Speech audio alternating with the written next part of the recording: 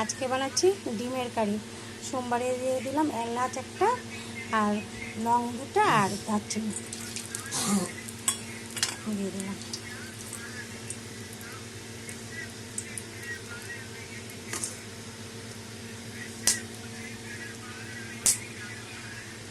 সোমবারটা আমার এখন হয়ে গেছে। এখানে আছে বড় সাইজের একটা টমেটো, আর বড় সাইজের একটা পেঁয়াজ, আর 8-10টা লঙ্কা, আর 5-6 কোয়া রসুন, আর 1 ইঞ্চি পরিমাণ আদা, সব ভেজে পেস্ট করে নিয়েছি।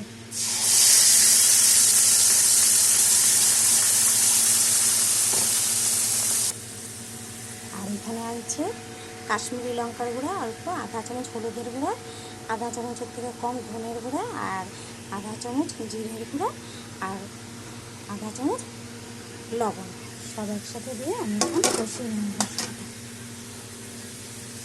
ডিমের কারি বানাচ্ছি, একটা অসাধারণ রেসিপি, ভিন্ন স্বাদের, অন্যরকম। ভেজেছিলাম সব একসাথে, ভেজে দেখাবো, বেগুনটা কেটে গেল, তাই এখন আমার প্রথম থেকে করতে হচ্ছে। ভেজে আপনাদের এসে দেখাবো, ভিডিও করিয়েছিলাম, কিন্তু কেটে গেল, কেন কেটে গেলো বলতে পারলাম না। মশলা আমার কষানো হয়ে গেছে, জল দিয়ে দিয়েছি, জল দিয়ে দেবো। মশলা আমার সমস্ত কষানো হয়ে গেছে, এখন দিয়ে দেবো জল, দিয়ে দিলাম জল।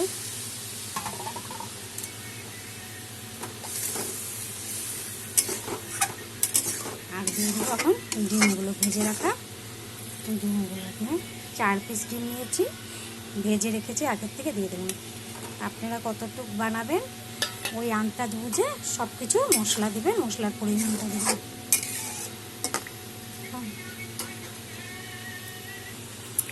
ভিন্ন স্বাদের ডিমের রেসিপি আমার হয়ে গেছে। এখন টেস্টের জন্য অল্প চিনি দিয়ে দিলাম। তোমরা এরকম করে বানিয়ে খেয়ে বলবে কেমন হয়েছে। হ্যাঁ, লাইক, কমেন্ট, শেয়ার করবে, সাবস্ক্রাইব করে পাশে থাকবে। Thank you.